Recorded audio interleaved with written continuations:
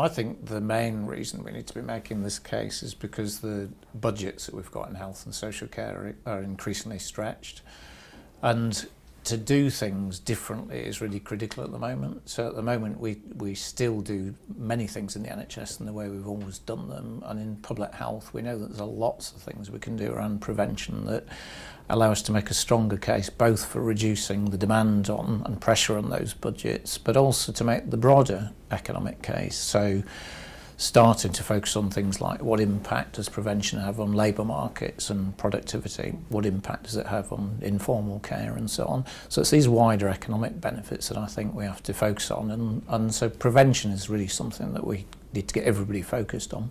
I would agree with that, Brian. I think what's interesting about why we should need to continue to make the case when there's a lot of evidence that prevention does brings substantial economic benefits and potentially also improved public spending and value for money in the short, medium and long term.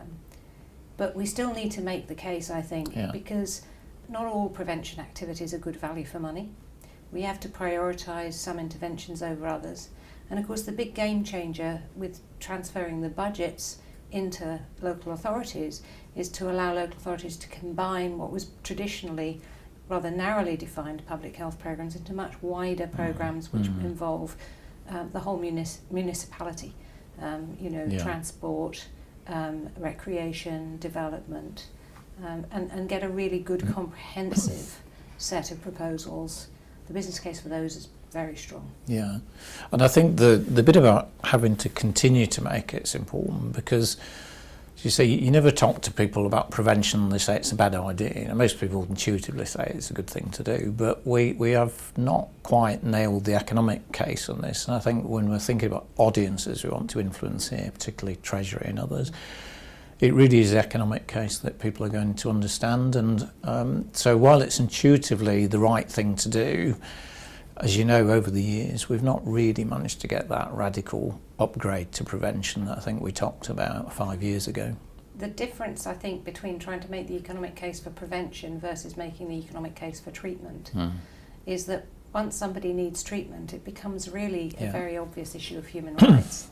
Whereas prevention, the onus is more on the individual. So it's not just about making the case for government to spend money on prevention, it's about making the case to the public and to the individual that they should start taking responsibility for their own health and well-being. So it's a kind of partnership, I think, that we need to promote. I agree. Getting a public debate and indeed getting the public a bit angry about some of the public health problems we've got, like childhood obesity, is perhaps where we need to go. Because as you say, otherwise the politicians continue to see what's in front of them, which is the people who are waiting for surgery for obesity or people on A&E weights and so on. So I agree.